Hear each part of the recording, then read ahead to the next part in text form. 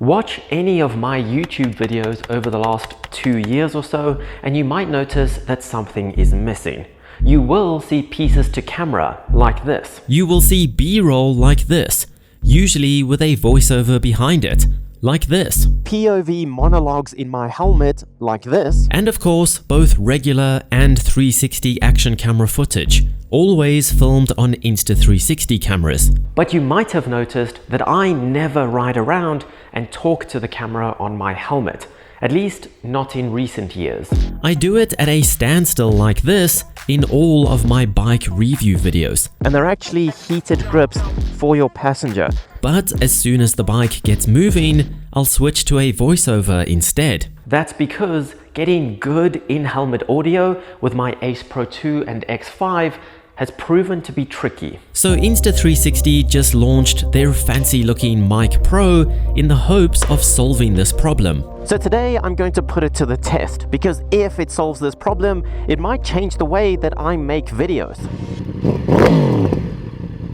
Today is a bit of a behind-the-scenes look at how I make my motorcycle review show called 127 Hours, as well as motorcycle rebuild videos, which ironically is why sponsored videos like this exist on my channel, because sometimes we have to pay for expensive projects. I use Insta360's flagship Ace Pro 2 as my POV camera while riding, and the X5 for all my 360 footage. So I think it's safe to say that my camera quality is as good as it gets. But they say audio quality is more important than video quality, which is why, despite owning quite a few microphones, I steer clear of in-helmet audio while riding in my videos. But I'm hoping that the new Mic Pro changes how I make my videos. Now, it comes in a few different configurations, but if you were to get this bundle, it would come with this lovely charging case that has a charge level indicator on the outside here, as well as a USB-C port on the bottom to charge everything. It then opens up in a fancy way like this to reveal two microphones, aka transmitters. They're called transmitters because they transmit the audio to this receiver, which is also showing us the battery level of each device. This transmitter can then sit on top of a camera and plug into the mic port of the camera with the supplied cable. You can also control all the settings of both the receiver and the microphones from this transmitter, like low cut, audio gain, audio format, and so on. Or of course, you can control those same settings from the Insta360 app if you're not using the transmitter or if you don't have one. Plus, it comes with this detachable USB-C adapter, so you can plug it into your phone and not just your camera. I would show you, but apparently my archaic iPhone here with a lightning port isn't compatible. Each microphone also gets its own wind muff that just clips on like that. And then there's this clip on the back that is also detachable so that you can swap it out for a magnet in case you want to attach it to a t-shirt instead. But I think the most creative part are these e-ink displays like you would find on a Kindle, for example. You can customize this display to literally anything you want in the app. So instead of promoting the company's logo, you can promote your own. Now, you can buy one transmitter like this all by itself, or say one transmitter, one receiver, two transmitters, one receiver, basically whatever suits you. You probably think I am full of when I say I struggle to get good in-helmet audio. After all, plenty of other creators do it very successfully. Okay, getting started is the hardest part. And I have wired lapel microphones and external audio recorders.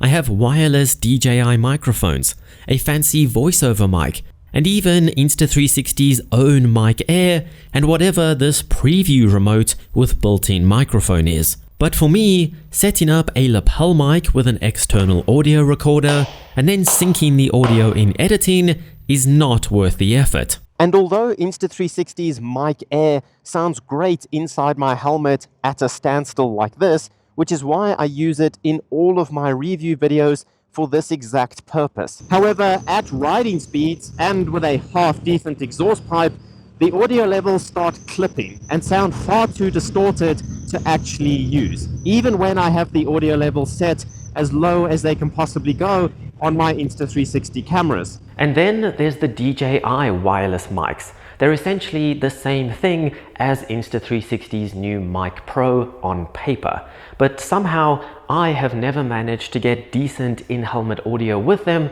when paired with my Ace Pro 2 or X5.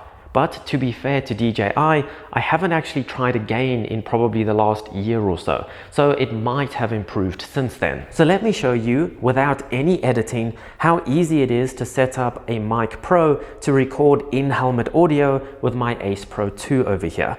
Keep in mind that this particular microphone and camera have never met before. And to do this, all you need is a transmitter, a microphone. You don't even need the receiver because these mics connect wirelessly to Insta360 cameras.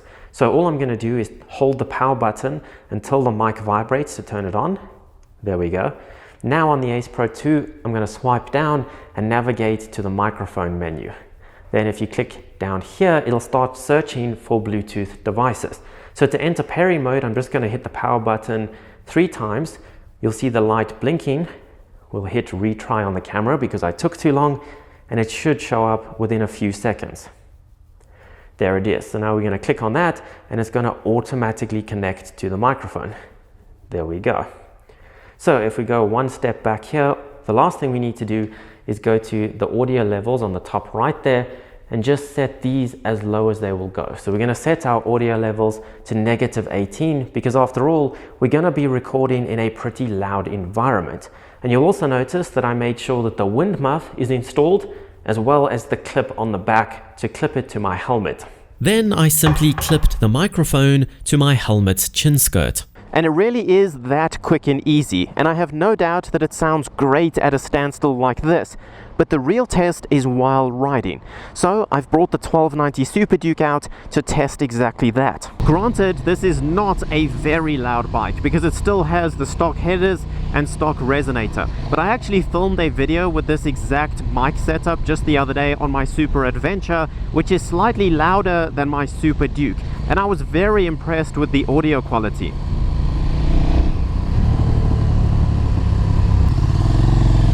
You could hear the bike nicely, which I always think is important. You could still hear my voice at a good volume and it was very clear. I didn't struggle with any wind noise, but most importantly, there was no clipping or distortion. So I could use all of the audio. And lastly, the mic didn't fall off of my chin skirt. And of course, you can connect the Mic Pro to the X5 in the exact same way and get the exact same results, just like I am doing right now. That's important because if they didn't connect wirelessly, you could, in theory, plug the receiver into the X5's USB-C port.